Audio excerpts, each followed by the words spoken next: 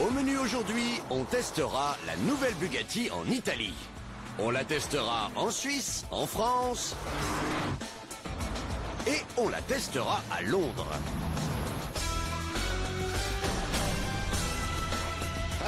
Bonjour.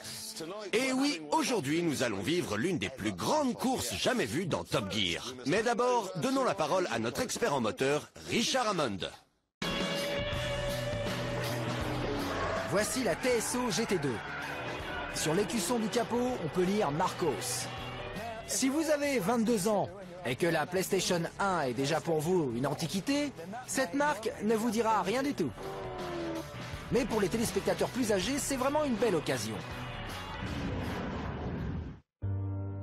Pendant 40 ans, des hommes avec des crayons derrière les oreilles ont fabriqué les voitures de sport et de course Marcos.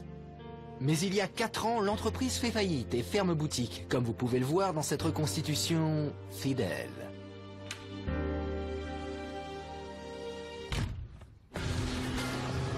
Mais aujourd'hui, Marcos est de retour. Nouvelle voiture, nouveau feu. Va-t-elle rester sur le marché ou ne fera-t-elle qu'une brève apparition? Commençons par ce que nous savons.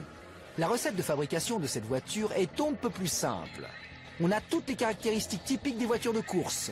Moteur avant, propulsion, long capot et arrière profilé. C'est un exemple classique. On se croirait dans les années 1960. Et du jamais vu. Des vitres électriques. L'habitacle reste dans le même ton. Le style est rétro, mais on a quelques touches modernes. Tableau de bord à l'ancienne, petit volant épais. Les éléments modernes se mêlent harmonieusement avec les accessoires rétro. J'aime beaucoup. On s'y sent bien.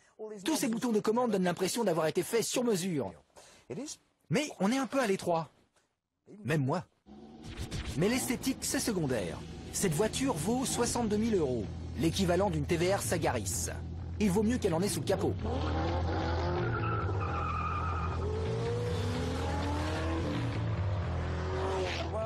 Une chose est sûre, rien à redire sur la vitesse. À l'avant, ce vétéran développe 420 chevaux. Et pour une voiture qui pèse aussi lourd qu'un sachet de thé, c'est très puissant. Elle atteint 100 km/h en 4 secondes 8. Vitesse maximale, 274 km/h. Et quand vous prenez un virage à une telle vitesse, ça passe tout seul. C'est, comment dire, un vrai jeu.